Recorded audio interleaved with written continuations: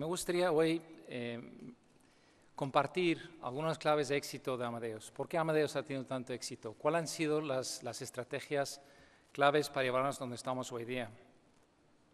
Pues, ¿cómo nace Amadeus? En 1987, las líneas aéreas europeas, principalmente Iberia, Air France, Lufthansa y SAS, decidieron juntarse y crear un GDS, que las siglas significan en inglés Global Distribution System.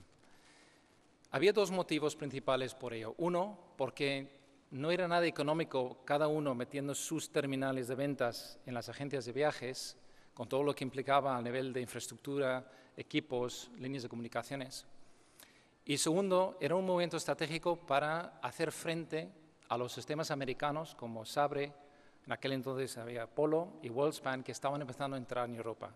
Y vieron que si era una desventaja competitiva si los americanos tuvieran su sistema de distribución en Europa y tenían que hacer frente a ello. Por eso, en el 87 se juntaron a crear Amadeus. En el 87 se empezaba a construir el centro de cálculo, que voy a explicar un poquito más de lo que va, lo que es hoy día, y también se inauguró el centro de desarrollo en Niza, en un sitio que se llama Sofía Antipolis, que está muy cerca a Niza, y se supone que era una especie de Silicon Valley de Francia. Y hoy día somos el empleador más grande en esa zona de Francia. De finales de los 80 hasta finales de los 90, Amadeus se enfocó principalmente en la expansión geográfica. Hablaré más de ello porque eso era una de las claves que ha permitido que la empresa hoy día sigue generando ingresos con crecimientos muy sanos puramente por nuestra extensión geográfica. Además, pasó una cosa muy curiosa, y eso es que cuando los otros GDS se crearon, los sistemas de las líneas aéreas se mantuvieron diferentes o diferenciados, separados.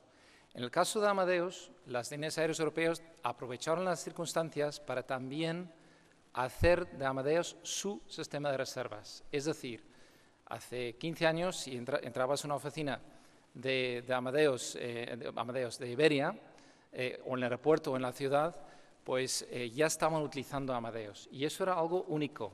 Y lo comento porque también era la semilla que permitía luego a nosotros diversificar.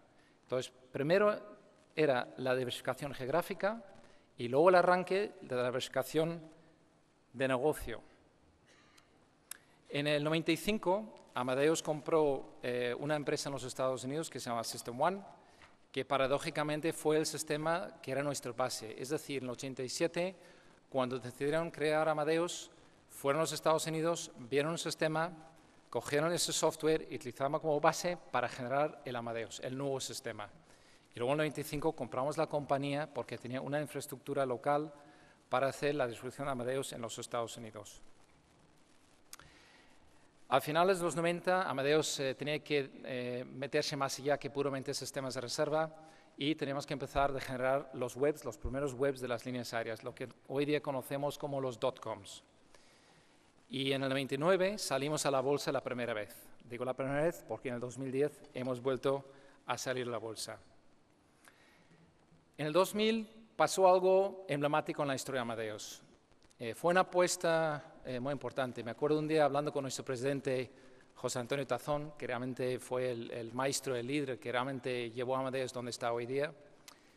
Pues me contó que si hubieran presentado el caso al Consejo, lo que realmente costó al final, a lo mejor hoy día no estaríamos con nuestros productos de Altea. Pero gracias a Dios lo aprobaron y en el 2000 Amadeus arrancó un nuevo camino desarrollando los sistemas propios, es decir, de inventario, de check-in, de facturación, de embarque, para British Airways y Qantas. Y juntos, con ellos, a mano de ellos, desarrollamos los nuestros sistemas que hoy día se llaman el Amadeus Altea Suite. Durante este periodo, 2000 a 2004, también empezamos a diversificar en otro tipo de producto turístico, por ejemplo, la distribución de producto hotelero. Hoy día hay más de 100.000 hoteles en el sistema Amadeus.